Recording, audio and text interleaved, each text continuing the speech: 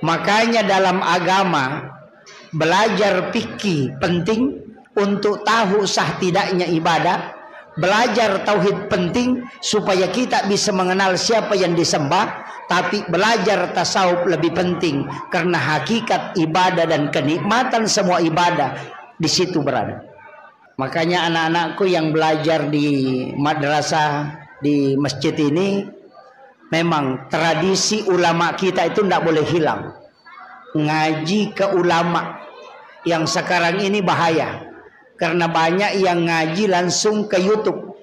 Istilahnya YouTube langsung ke hadisnya langsung, tidak ngaji ke ulamanya, sehingga hadis diterjemahkan sesuai pemahamannya. Wah, itu fatal, Pak.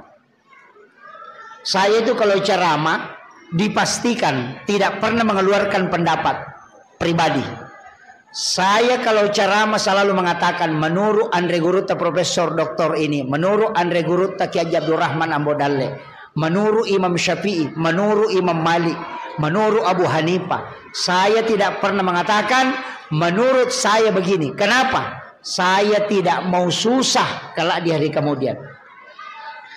Nanti kalau di hari kemudian saya ditanya, kenapa begini pendapatmu? Saya bilang itu Imam Tasyafi yang bilang, tanya dia.